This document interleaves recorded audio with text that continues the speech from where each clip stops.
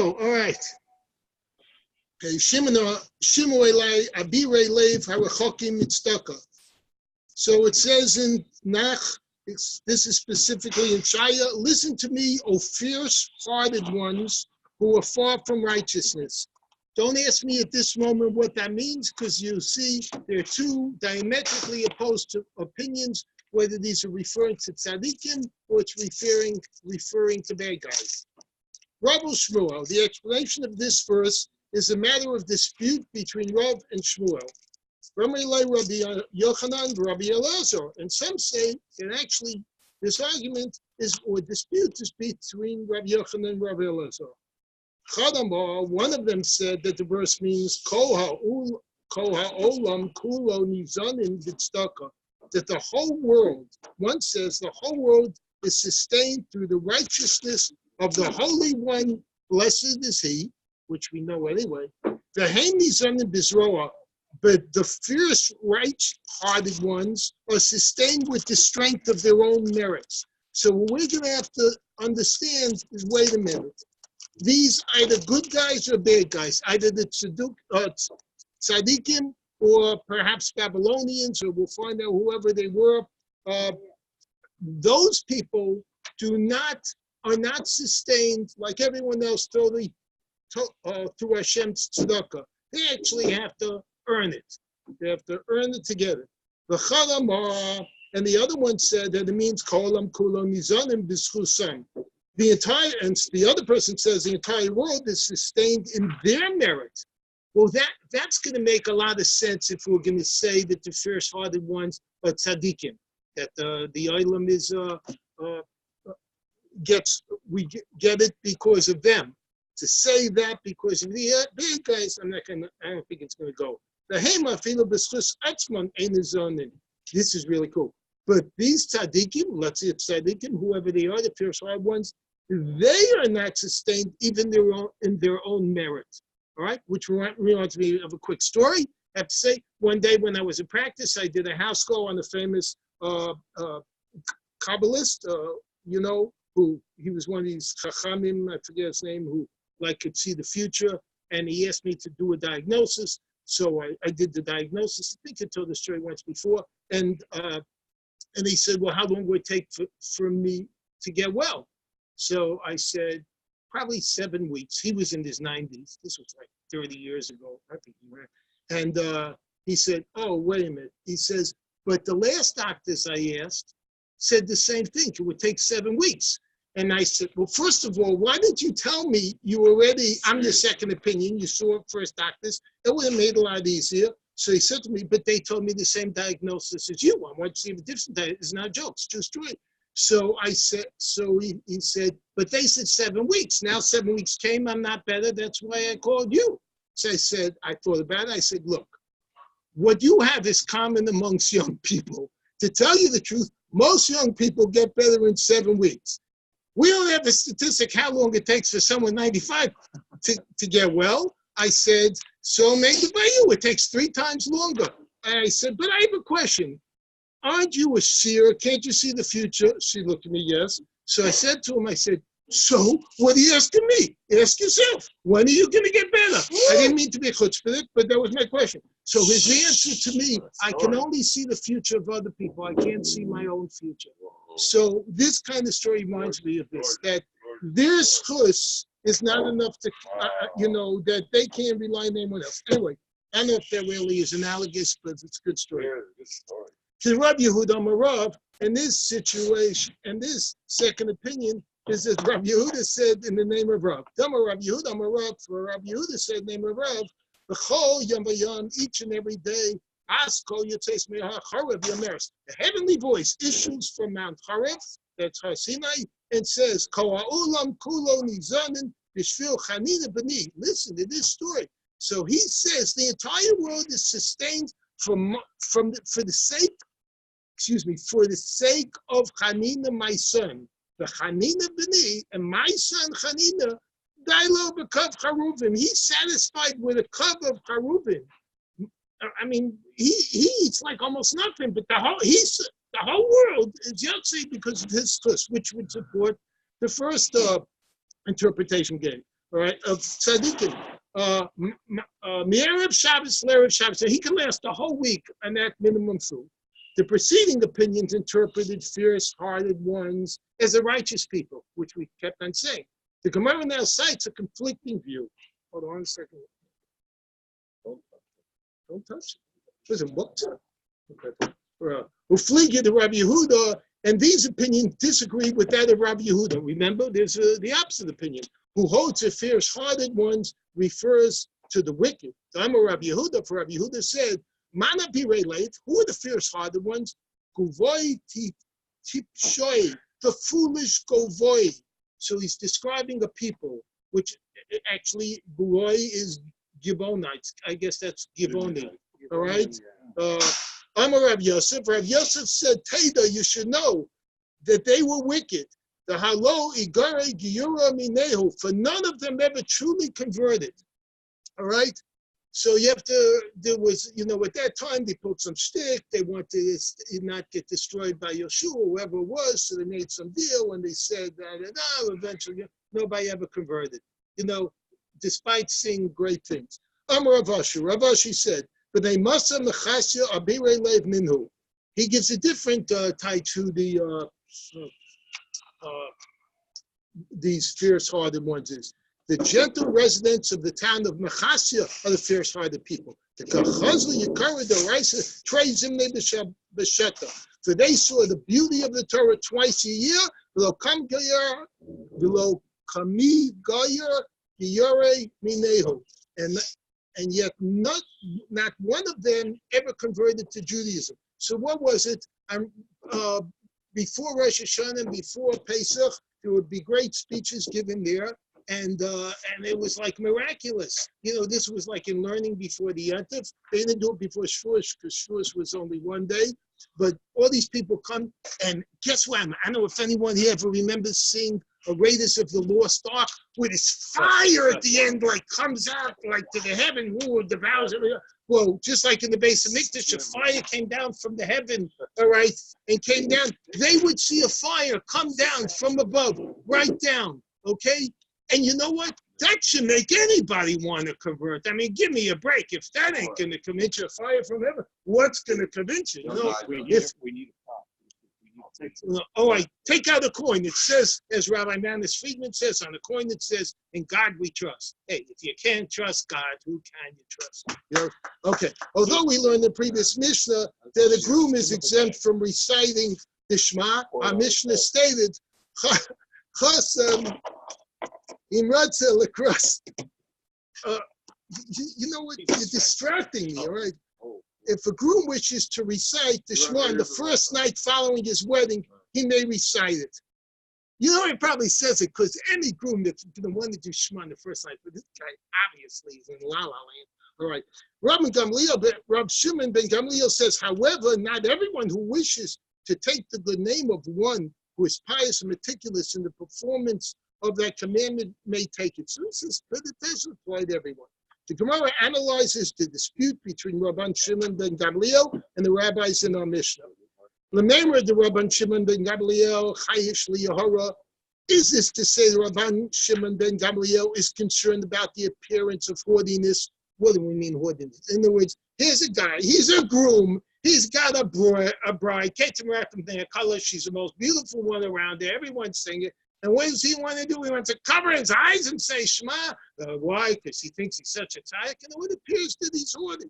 All right? But the Rabbanan are not concerned about the appearance of haughtiness. Why?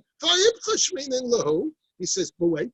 But we've also learned the reverse. It's not. We've learned in the Mishnah, another Mishnah, Makam Shnago Lasas Malachab Tishabav, in the locality where it's custom to perform work and Tisha B'Av, listen, so that you can do the work over there on the night day above. Makam Shana Go Lala says, but if it's a place where people don't work on Tisha B'Av, ain't listen, may not perform work. But in all locales, regardless of the prevailing custom, the scholars must be idle, meaning they shouldn't do work. Doesn't mean they're should speak bittul. All right, just 1 second. I said the bracha right with it. Amen, amen. Oh, Amen, amen, amen. Said it already. Say amen. Rabbi Shimon ben Gamliel Omer, Rabbi Shimon ben Gamliel says, "Le'olam yaseh chol adam es atzmo k'talmid chacham." It almost sounds like the oath in Tanya. All right, a man should always consider himself like a talmid chacham. Kasha the Rabbanan the Rabbanan. Now, the opinion of the rabbis in the Mishnah contradicts that of the rabbis in the other Mishnah. Kasha the Rabban Shimon ben Gamliel the Rabbanan Shimon ben Gamliel, and similarly, the opinion of Rabban Shimon ben Gamliel in our Mishnah contradicts that of the opinion of Rabban Shimon ben Gamliel in the other Mishnah. So I know you're not following totally, but basically we gave a Mishnah in our Mishnah, and if you didn't realize it, the opinions actually that each one said, whether the Rabban Shimon Gamaliel contradicted each other. It would be so easy if we could just switch the names and say they made a mistake and they printed it, converse, right? Inversely, all right? The Gemara records a dispute over how to resolve the difficulty. I'm Rabbi Yochanan. Rabbi Yochanan said, the opinions of Rabbi Shimon, the rabbis, Rabbi Shimon and Gamaliel, have been erroneously reversed. What I just said, when they came to the printer accidentally printed it the wrong way. All right? Shiklas Yado. All right? Rav Shisha, brother Rav Idei Amar, however, Rav Shisha, the son of Idei, said, Le'olam lo sachlev. In truth, you should not reverse the opinions in either Mishnah, the Rabbanan, the Raman Lo Kasha. The opinion of the rabbis in our Mishnah doesn't really contradict that of the rabbis in the other Mishnah for the following reasons. So now we're going to give a much better explanation without saying it was a mistake of the printer's right. Kriyashma came in the Kuliyama, Karo, with regard to a groom performing the Shema recital, since everyone else is reciting, Veno Nami Kare, and he's also reciting, he does not stand out and does not appear haughty. Of course, everyone else has their eyes covered. They're all going Shema Yisrael. They don't even see him doing it. So, obviously he's appear haughty. No, that's not really what it means. But it just means, they just figure he's davening too, because they're all in the middle of davening. Who knows if they have kavanah? They're just davening anyway. So he's in the corner davening. For that reason, the rabbis allow a groom to perform the recital. Hachab or Hassam, depends on which way you look. But there, with regard to working on the night of Av, since everyone is local is performing melacha, and he himself is not performing work, he does not appear haughty. Hence, the rabbis refuse to sanction his idleness. Wait, that doesn't make sense. He is not performing work. He does appear haughty. Yeah, I said does not, but I know it didn't make sense. Hence, the rabbis refuse to sanction his idleness. The Rabban Shimon ben Gamaliel, or the Rabban Shimon ben Gamaliel, kasha. But according to Rabban Shimon ben Gamaliel, it's not really a question. What? Rabban Shimon ben Gamaliel in our Mishnah does not contradict that of Rabban Shimon of the other Mishnah. Here, the matter of a groom properly reciting the Shema is dependent on concentration. And we attest to the groom on his wedding night cannot concentrate on his mind. Baruch Hashem, he is a normal groom, on the meaning of the words. Therefore, contends Rabban Shimon, if a groom does recite the Shema, he gives the appearance of haughtiness. Boy, his wife probably is really ugly. Whoa. I'm just kidding. Everyone said Kates and Rackets, they are called. All right. That's not enough. But there is but there it's a revolt. Yes, I know you're listening. It was just a test. No, they're all beautiful and they are yichus. I know that was just testing to make sure you're listening. And Baruch Hashem, you all passed. You're listening. Okay, except for the guy in the corner saying Shema. That's no comment, right? But there is this. But there, in the case of Tisha B'Av, Omer, one who sees another not working will attribute the other's idleness to restrictions of the day. I see. He won't say he's lazy. But it's Tisha B'Av. It was more work. Rather, he would say, Malacha hu de'ein lo. It is his lack of work that causes him to be idle. Go and see how many idle people there are on the marketplace, even on a regular working day. You're concerned about him that he's not going to the shuk. You'll see there's so many people on regular days that nobody's working. Okay. Oh, wait, I don't have it in this. Give me. Say it once or twice. Hadran Allah Hayakare. Okay. Now we continue. All right. Okay. Hold on a moment. Misha Meto Muto Lafonov. One whose dead relative. This is the Mishnah. We're at the Mishnah. One whose dead relative lies before him, requiring burial. Now here we're talking about the first degree relative. It's his father, his mother, his son, his daughter, his brother. All right? And we're not talking necessarily about, obviously, we're not talking about Kohanim, regular situations. Shma, uminat tefillah, uminat tefillin. So he's exempt from all those three things. All right? Mikol mitzvahs and Torah. And all biblical commandments. Nasei amita. Regarding the pallbearers, period. Positive and negative. No, right now it's just, I don't know. I don't know because later, hold that because I think in the next 2 pages they discuss that. And so I don't remember, so I don't want to answer it right now. And I'm not a rabbi. Okay. The chalafin, no, I'm supposed to do 3 days. But we're only starting the first day, so let's go. The chalafin, those who stand by, it's okay, I don't mind if you replace me. And those who stand by to replace them, see? And those who stand by to replace the replacements, okay? Both with regard to those in front of the beer, B-I-E-R, which I can't pronounce right, who will, by the, what that is, a B-I-E-R, that's like the cart that would have the coffin on it. So they would push the coffin in the cart. So there were people in front, like who would be pulling it, and then people right behind. So that's what we're talking about. Lifnei, and the first set who's in front, and the replacements behind. And then there's the entourage behind them, I guess, when people get tired and they move out of line, whatever, and keep on going. Who will carry it when it reaches them, and with regard to those behind the bear who have already had a turn carrying it, the law is as follows. Those who are in front, I'm going to say coffin, because I can't pronounce this B-I-E-R, it sounds like I'm drinking, and who are still needed to carry it, are exempt from reciting the Shema, say Ara, and from donning tefillin. And those behind the Aron, but those standing behind the Aron, even if they are still needed to carry it, are obligated in these mitzvahs.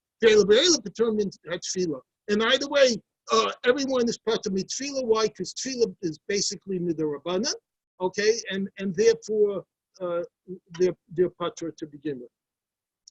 The next case occurs on the way back from the burial. Okay, what happens? All right, they've done the kavura. Okay, now minhag, if I'm correct, is that the rabbi then says, okay, everybody line up 2 rows, and the avelim are going to walk through. In those days, I believe what happened, the avelim stood still, and the people walked through on each side. All right, so Einstein, it's all relative. All right. By the way, okay. Cover us amazed for Chazru after having buried the dead and returned. We're back into good favor. All right.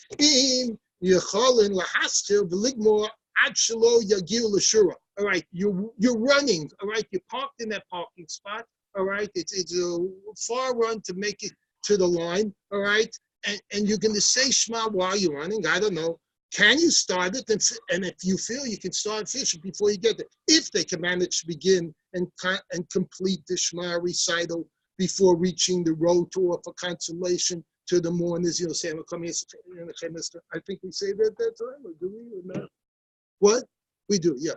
All right. Yaschilo, they should begin. In other words, begin Shema. Vim lav, but if they're not enough time to do so, lo yaschilo, then they begin not. Then they should not begin the Shema. What's interesting, remember, they're saying Shema, but they're not kissing their tzitzis because the tzitzis can't be out because they're in a cemetery, all right? Which, by the way, the next 2 days, you're going to love, even part of today, because it's going to get so spooky. We're going to listen to spirits talking. We're going let me tell you something.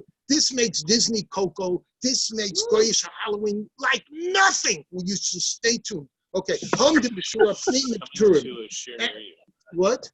Okay, As for those actually standing in the row to offer consolation, the law is as follows. The inner ones, those standing in the inner row, are exempt from reciting Shema. Why? Because they got to right away say it. Whereas the outer ones, those standing in the outer row, are obligated to recite the Shema. Why? Because they do have time until they're going to get inside. Nashim v'avadim tanim p'turim mikriya Shema u'min atfilin v'chayavin b'tfila mezuzah v'berkas hamazon. Okay, I'm not sure why that's put right here, but that's the end of the Mishnah. I have no idea. I am not a rabbi, and this is not halacha shir, so I can't answer that. And the rabbi at this time, I don't know if he wants to yell or anything. No, he's just in listening mode. Okay, but what's interesting? Okay, anyway, let's just continue. Okay, Gemara. We are now in the Gemara. For those of you who might have lost, all right. All right. While the body lies in front of the deceased person, meaning it's in the same room, all right. Yes, v'shena mutar lefano lo. But if it doesn't lie in front of him, he's not exempt. So what we were talking about being exempt, the avel, all right, is when yeah, I guess so. When the body is in front of him, all right? Now, I'm saying Ovel, but this obviously is Onaim, because the body's in front of him in the room, so they haven't buried it yet. Once he's in Ovel, he's going to be dominant. So if I say Ovel, I mean Onaim, all right? At this point. Reminhi, and by contrast, contrast this with the following brisa. Misha Mesa Muta Lefanav. All right? There's a dead person, he's lying before him. So this person, he should eat in another room. Or no, it says house, but I think it means another room. They used to live in one-room houses. All right? If he does not have another house, so he should go next door and eat in his friend's house. And I don't think that means he doesn't have a friend who doesn't have a house. I mean, if his friend doesn't have a house, right?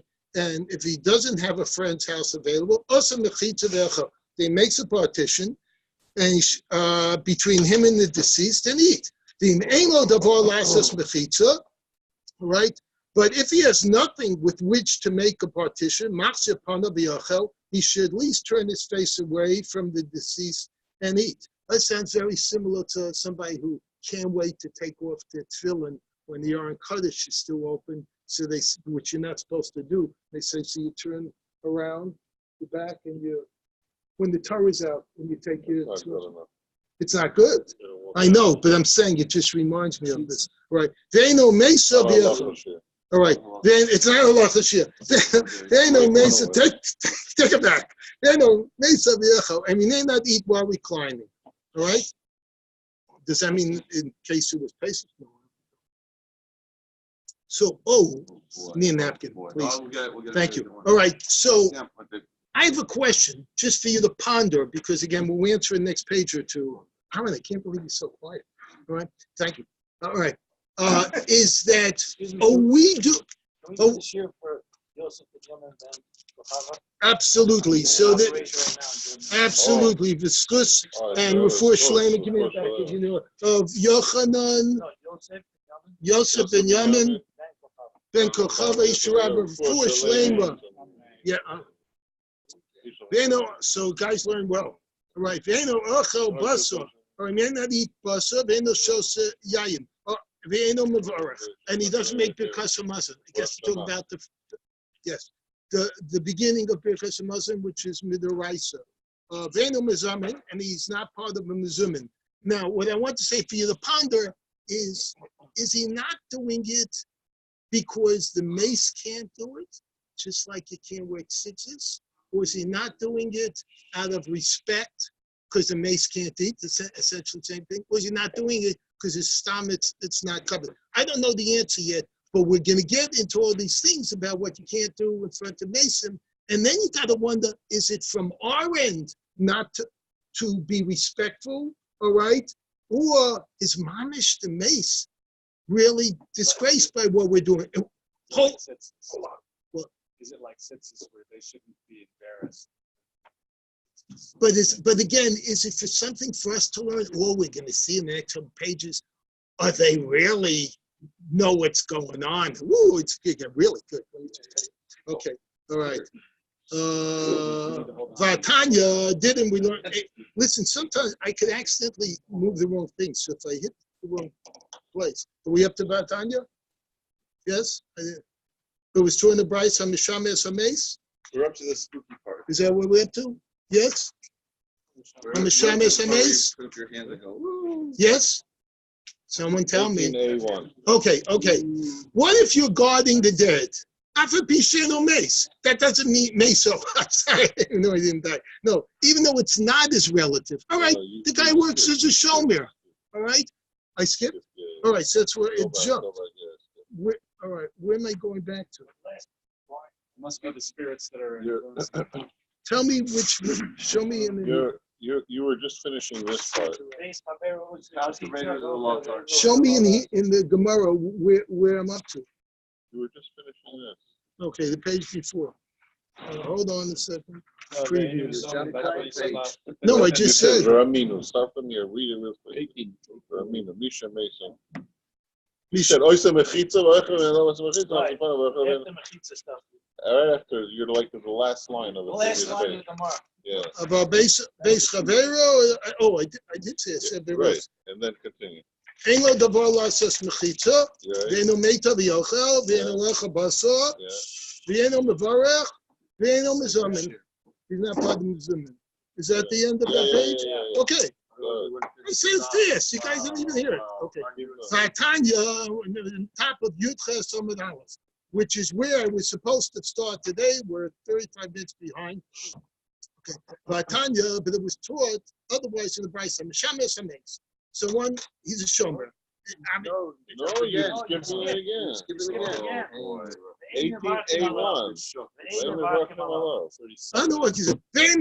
Love. And others do not recite the blessing before eating film. All right. Upato mikriya shma. I don't know why they keep saying that. And he's pato mishma and from tefillah. Umina tefillin. All right. Umikom mitzvahs hamaros b'Torah. Over Shabbos mesav, but on Shabbos, when the burial cannot take place, then he may recline while eating. Biyacha basa, he can eat basa, shosayayin, he can drink wine, and he may eat meat and wine, right? And mavarach, and he can bench, and mizamin, he can be counted as part. Obviously, for whatever reason, they had to delay the kvura from Friday to Sunday. Right? It's now Shabbos. He can't sit yet, and he's what? Oh, he passed away in Shabbos. Even better answer. Right, Mizamin. Whoa. Because he's listening. Mizamin Allah, and since he is Advocate because a Muslim, he can be invited to participate in a Zumin. And he's obligated in all mitzvahs Torah. Rav Shimon Gamliel, because he's obligated in these mitzvahs, so he's obligated in all mitzvahs. Obviously, those are positive and negative. Rabbi Yochanan and my B'naihu. So Rabbi Yochanan wants to know what's the difference between them, between the Tana Kamar of Shimon Gamliel. Tashmis Hamita Ikabinau. The difference between them is whether or not an Onain is obligated Friday night to satisfy his wife with her marital relations. Katani Mies, in any event, the Brisa taught, Pata Mikriya Shma Umina Tfila. Either way, he's exempt from reciting the Shema and from prayer. Umina Tfila and the Mikomet Vasam Respetara. All right. Amar Rav Papa. Rav Papa says, that's Rav Papa, not paparazzi. Okay. Tagma Am Chazir Panav Yacha. You should interpret the exemptions mentioned in the Brisa as referring specifically to the last case of the Brisa, when he turns his face and eats in the presence of the body. Rav Ashi resolves the contradiction differently reinterpreting the Rav Asher, the Kevin Shemuto Alav. Is that the next line? Right. Kevin Shemuto Alav, the cover of Bemuto, the fun of dummy. So long as he is responsible to bury the body, it is as if it lies before him. Oh, so this is interesting. So now the body doesn't have to be mamish in the same room as him. He has a chiyuv to do it. So it quotes from Abraham that he got up to, go take care of Sarah, right? So he arose from the presence of his dead. All right, Sarah, and it says, I buried my dead from before me, but she's not before him. We see that although Abraham had arisen and left Sarah's body, he still describes her as being before me. Calls man shmuto alav l'kavro kimuto l'fun of dummy. So as long as, hold on a second. So as long as you're burying the body, but you don't have to be right in front of it. Right. Okay, hold on, I changed something. Responsibility. Only be responsible How's that? but it's really not. Physically, it's not. I changed something here, it just made me What'd you lose. do? I lost my place, 1 second. Oh, boy. Sure. Okay, we're in That was 38. What was Shake it off. Sorry, hang on a Get second. back in the game. Hang in a second, Monday. No, it was this one. It just jumped. Technology. Get back in the game. Okay, I'm almost there. Close enough with the love cover. Meso, I know. Okay, Meso, it's nice. You're just like, Just Shano Meso. like Okay. the road. Meso, Mishamo. All right. Okay, all right. No,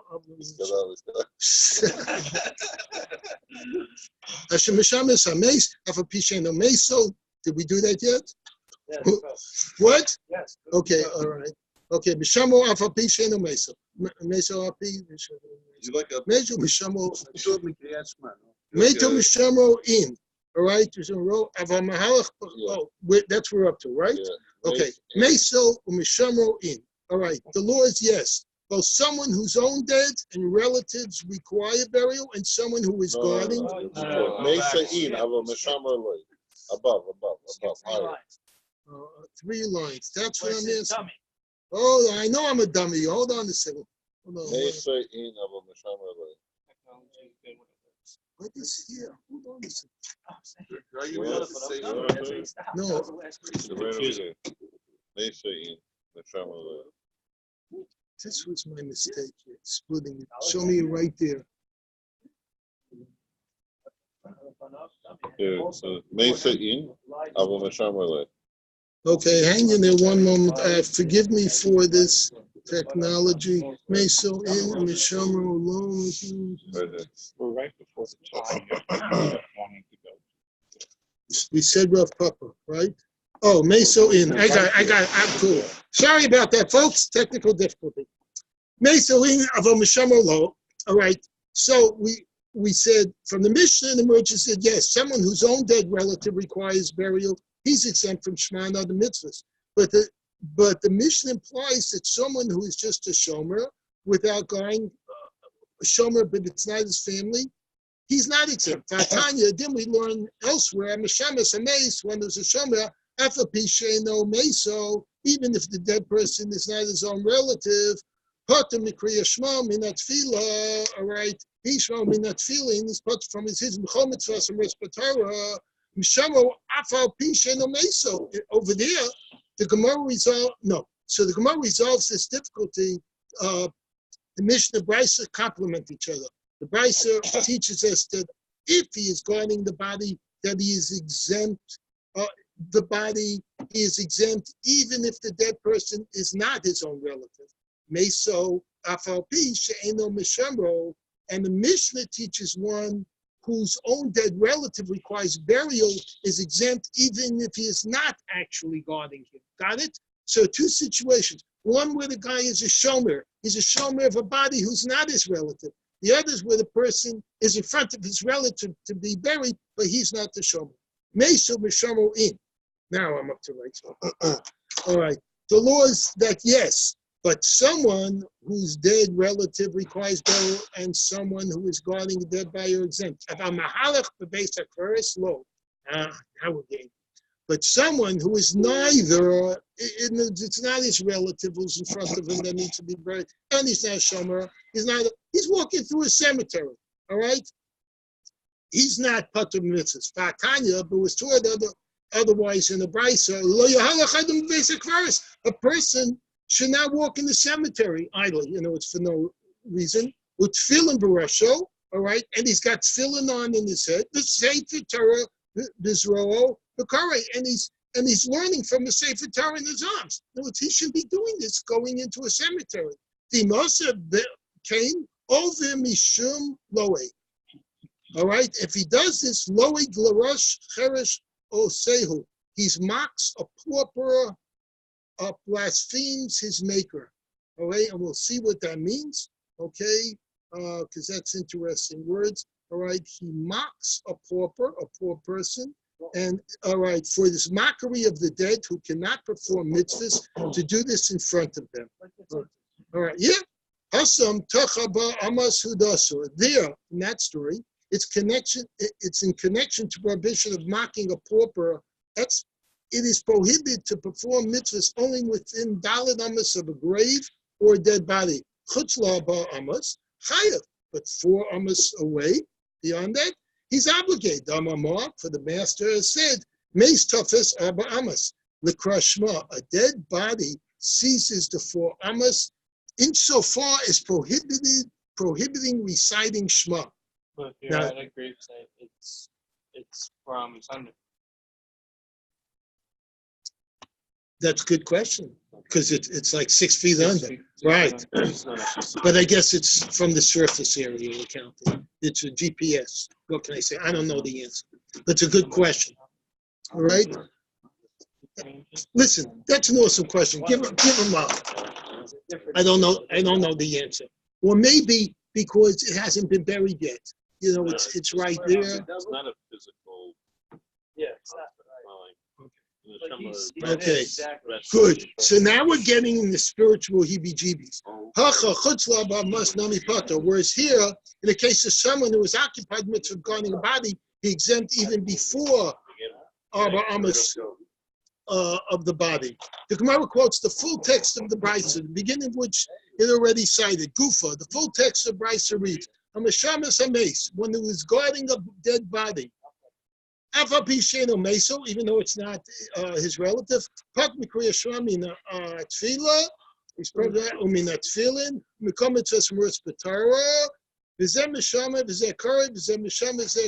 okay. So here it's talking about, it seems that the body has not been buried yet. In other words, in that Gemara, all right, because it's in front of him, or the guy's a shomer of it, says, now what if there's 2 people involved? Or he says, and they need to say Shema. He says, so one will watch while the other one says Shema, and then they'll switch turns, and the other one will watch while he says Shema. Ben Azai says, what if they're traveling in a boat? So they're bringing the, like nowadays, we'll bring the Aron to Eretz Yisrael, people being buried there in a plane. All right, well, in those days, maybe they brought in a boat. Or the person died in another country, wants to be buried, whatever, he's being moved in a boat. If they were traveling in a boat, they could put them in one corner. They're, let's say, downstairs, down where the storage is or whatever. They may leave him in one corner. He says, now they can both daven in the other corner. Whereas they mamish, they don't have to take turns. Might be Raihu. So what's the difference between them? Amar Avina, which in one place he said they have to take turns. He's saying, no, they can both do it. The difference is because they're worried about mice on the boat. One master says, the Tanna Kama maintains, we're concerned about mice even on the boat. And therefore, one of them must always remain to guard the body. But the other Amar, Benazir says that we're not worried. Benazir maintains we're not concerned about mice on the boat. And so the body does not really require guarding. They may Therefore, both leave the boat and pray at the same time. Obviously, these people never saw Five the Mouse, came from Russia to America, because that boat was loaded with mice. But remember, there are no cats in America. Tell that to Yisrael, cats. All right. The Gemara quotes another brisa that relates to the dignified treatment of human remains. Tan Rabbanan. The rabbis taught in the brisa. Let's say one's carrying the transported bones from place to place. He shouldn't put them in the sack, leather sack, and put them on a donkey. He's talking about the saddlebags that kind of hang on each side of the donkey. And then ride on them. Because if he does that, it's really disgraceful. All right. But if he was worried because of the hostiles, they list him, and because of bandits, all right, and he's trying to get out of there as quick as he can, all right, hitting the pedal to the metal, what? Frisco Kid, you got Mutar, then it's permitted for him to ride while sitting astride the bones. As they say with regard to bones, so they said with regard to Sefer Torah. So, in other words, whether he's carrying bones or he's carrying a Sefer Torah, all right, normally he shouldn't ride on a donkey while he has them in a knapsack. That's already kind of already enough, all right? But if he's got to get out of it, he's got to hop on that donkey. How fast is the donkey going to go? This guy it should have a horse, at least, all right? Palomino, we got to change his horse. Mustang. Ahaya, okay, anyway.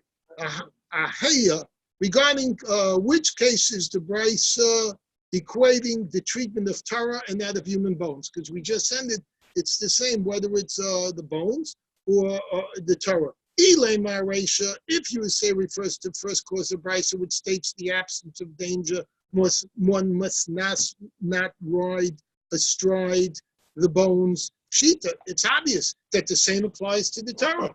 All right, so that makes sense. All right, simple. Don't ride whether it's a Torah or bones on the thing. Why should the brisa need to state this? Migara Sefer Torah miatzamas. After all, is the Torah scroll to be treated any worse than human bones? Ela Sefer rather must refer to the latter clause of brisa, which states that in the presence of danger, he may not ride astride them.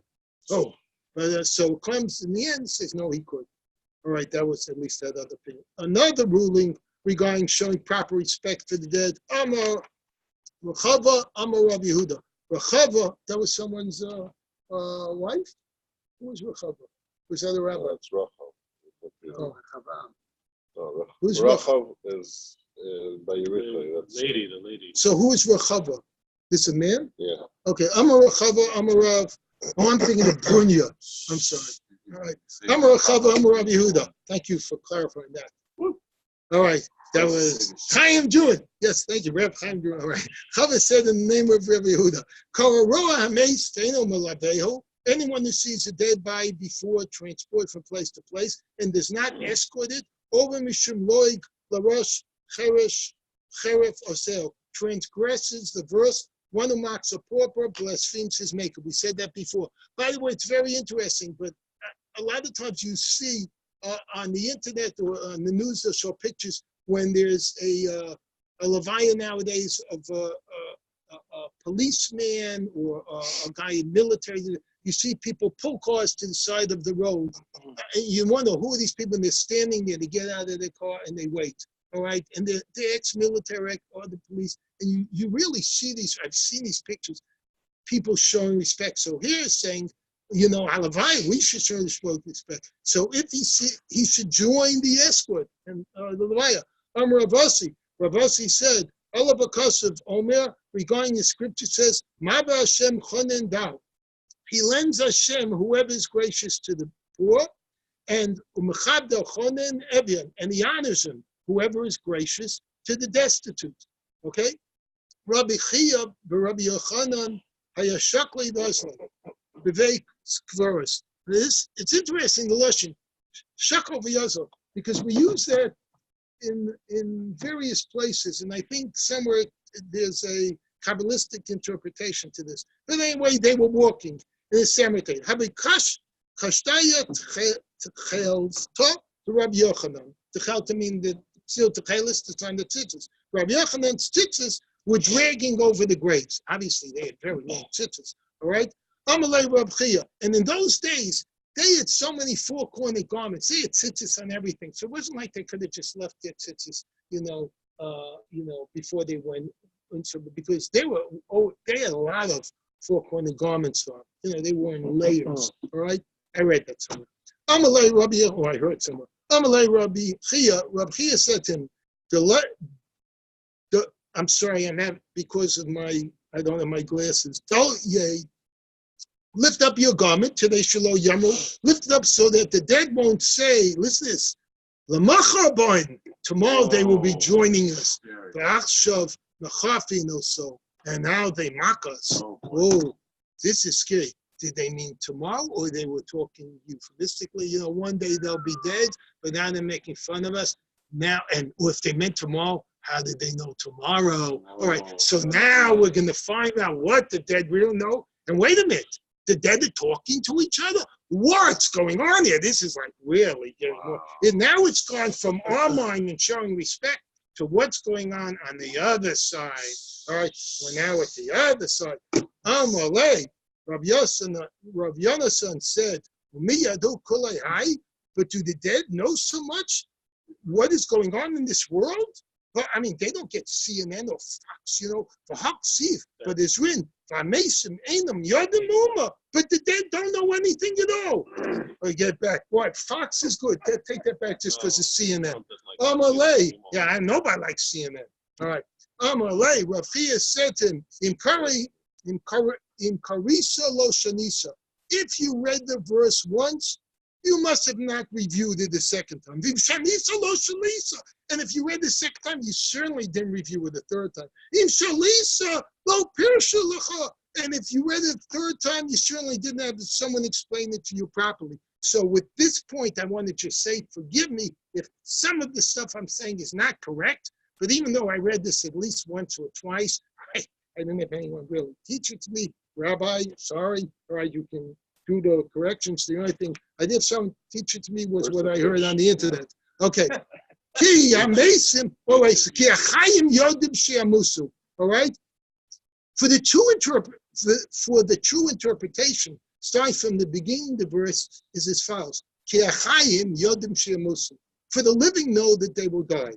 Elu tzadikim, shemitas, shebemisasan, nikrim chayim. This refers to the righteous. Even after they're dead, they're called chayim. They're still called alive. Before continuing this, Rav Chia brings support to his assertion that the righteous are still considered living even after their death. Shnemo, as it says, Uvniyahu ben Yehoyada ben Ishchai, ben Yahu, the son of Yehoyada, the son of a living man, ben Ishchai. Rav Palim Kapzel, all right, of many achievements from Kapzel, who he Shnei Ariel Moav. He struck down the two commanders of Moab, and we'll understand what that means later. All right? And he went down and slew a lion in the pit on the snowy day. These are all euphemisms that have to do with say Mikdash and Bavel and stuff like that. I think we'll say it later on. So Shmuel said to him, Amai Yasfa Abare, why are you sitting outside the circle of the other dead spirits? My Tamilos. Did I skip again? Am I at the right place? Am I still good? Yeah, you're reading. Am I at your top of your base? No, Ben Ishchai. I'm on your base at the bottom. After Sheleg, it's Ben Ishchai.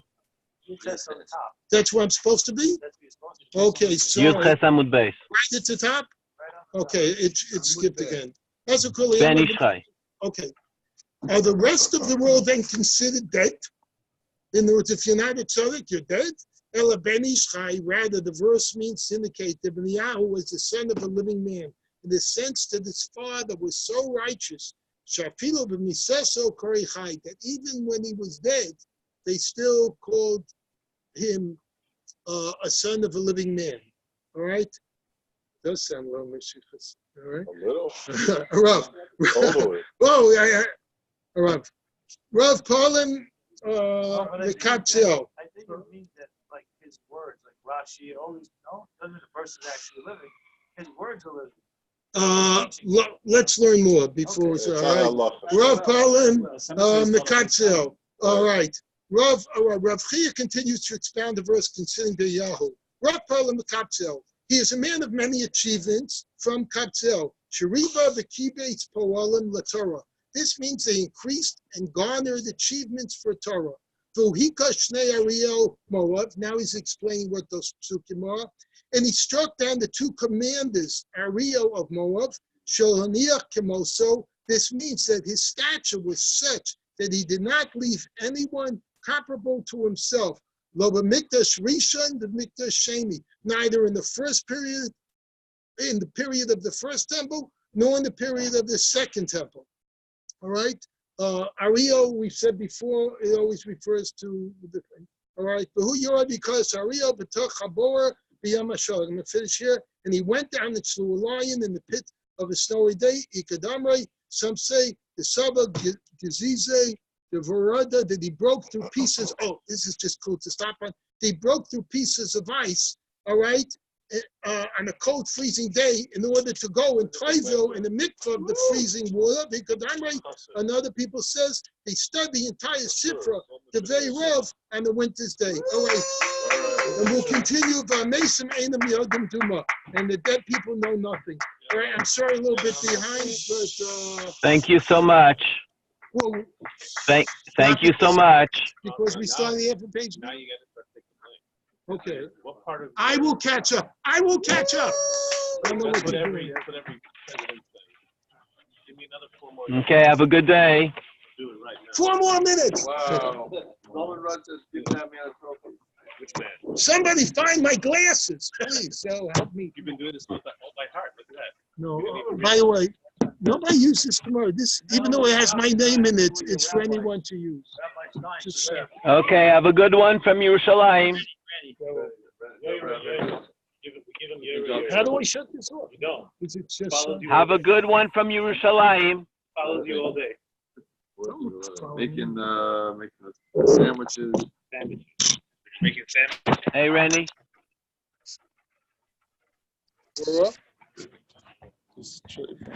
I heard once Rabbi Hanina. Oh, listen, Rabbi Smith saying something. I heard once of Rabbi Hanina.